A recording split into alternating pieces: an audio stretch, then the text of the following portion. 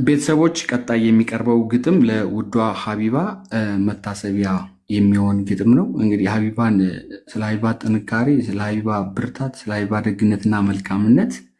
ሙሉ በሙሉ መግለጽ ባይችልም ግን በዘንድሮ ዓመት ከተገጠሙ ግጥሞች መካከል ለሰው መታሰቢያነት አንደኛ ደረጃ የሚይዝ ግጥም ነው። ላይዋ ላይ ደርባ የደግነት ካባ ላጣ ለቸገረው ሆዷ የሚባባ አባብላ የምታብስ የሚስኪንን እንባ ባለደግ ልቧ ቆንጆዋ ሀቢባ የሷን ስብዕና መግለጹ በግጥም ካላት ክብር አንጻር ምንም ባይመጥንም ሳናመሰግናት ዝም ብሎ ማለፉ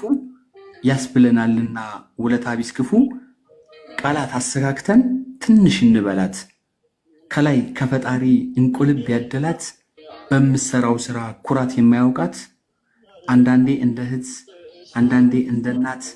ሁና እየቀረበች ለብዙዎች ችግር ሰርክ የምትፈጥር ይሄ ምክንያት ድንቅ ሴት ናት እሷ ሁሉ የሚወዳት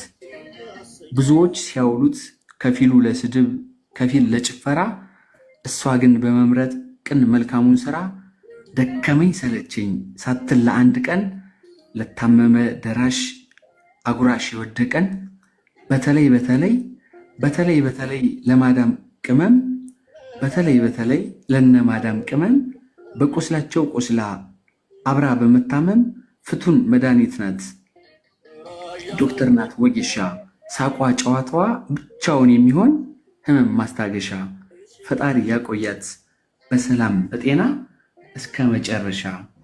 እስከ ቤተሰቧ ክፉ ሳያገኛት አንዴም አንቅፋት የህይወት እንቅፋት ትካዜና ሐዘን ከዙሪያሽ ርቆ በደስታ በድሎት ሳሎን ጓዳሽ ደምቆ ሁሉ እንደወደደሽ ከነ ክብርሽ ኖረሽ በወግ በማዕረግ ልጆችሽን ድረሽ በእድሜ ላይ እድሜ በስኬት ላይ ስኬት ይደራረብልሽ ኑሪልን የኛ ሴት ቲክቶክ ላይ ቢኖርም እንክርዳድ ገለባ ጣፋጭ ፍሬ እንዳለ አሳይታናለች በተግባር ሀቢባ። በጣም እናመሰግናለን ቤተሰቦች።